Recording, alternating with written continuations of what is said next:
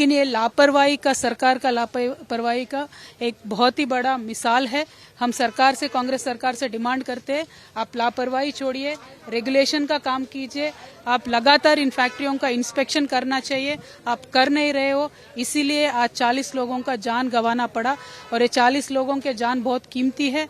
Sir, इनके परिवार जो स्ट्रगल होने वाले हैं, उनके लिए सरकार से मैं डिमांड करती हूँ, आप हर एक परिवार को 1 करोड़ रुपए का एक्सग्रेशिया दीजिए। और जो भी लोग यहाँ पे बीमार पड़ेंगे, बहुत ही ऐसे एक्सीडेंट्स में जब भी बीमार होते हैं तो ये जिंदगी भर बीमार होने की भी चांसेस होते हैं, लंग का इन्फेक्शन होता है।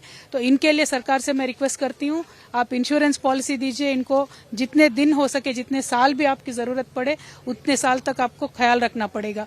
और सरकार की लापरवाही का ये बराबर मिसाल है। सरकार से यही डिमांड करती हूँ, आप आगे से रेगुलेशन बनाए रखो, ये फैक्ट्रियों को लगातार आप इंस्पेक्ट करते रहो।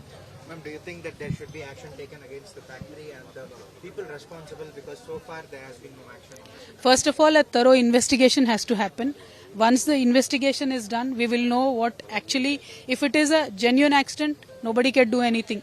But if it is a case of negligence, severe punishment should be given to the companies, and a message should go to the government employees as well, the department of the factories who are supposed to do the inspection, conduct the inspection.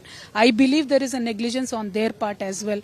And unfortunately today, when we are trying to get the number of people who were present during the accident, the company is not able to give the details. So that shows the kind of negligence. Probably it was a shift changing time where some people were walking out, some people were coming in, but yet accountability should be pinned on somebody. Factory should take the major share of accountability. But then if it is a genuine accident, then we can't say anything, but otherwise factory should be severely punished. Thank you.